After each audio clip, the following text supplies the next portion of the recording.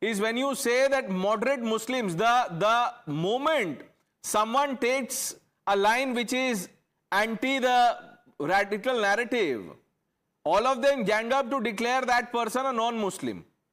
He becomes a lesser Muslim. That is the problem. It has happened to many people. You know the names. Mr. Memon साहब, आप कुछ और बोलना चाहते हैं, बोलिए। जी, आपको मैं पॉइंट क्लियर करना चाहूं। ये पूरी डिबेट चल रही है फतवे के ऊपर। सबसे पहले एक पॉइंट क्लियर कर लीजिए, मोहम्मद शमी के ऊपर कोई फतवा जाहिर नहीं हुआ है। Point number 1।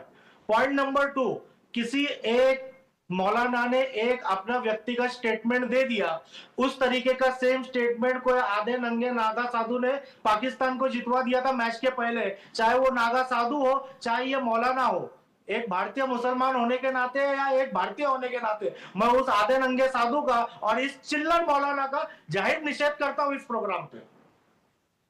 अच्छा, ये जो ना वो नंगे साधु का साथ देता हूं जो पाकिस्तान को जितवा रहा था, ना इस चिल्लर मौलाना का साथ देता हूं जो इस तरीके के बेहुदा स्टेटमेंट्स दे रहा है।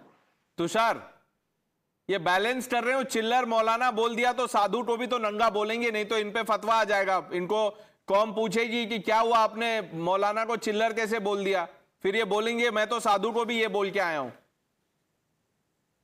Pranesh, all I know is that 1 billion people are waiting for Sunday to watch Shami Board to pick up wickets to win the country the ICC Champions Trophy after more than a decade. That's what the people are waiting for.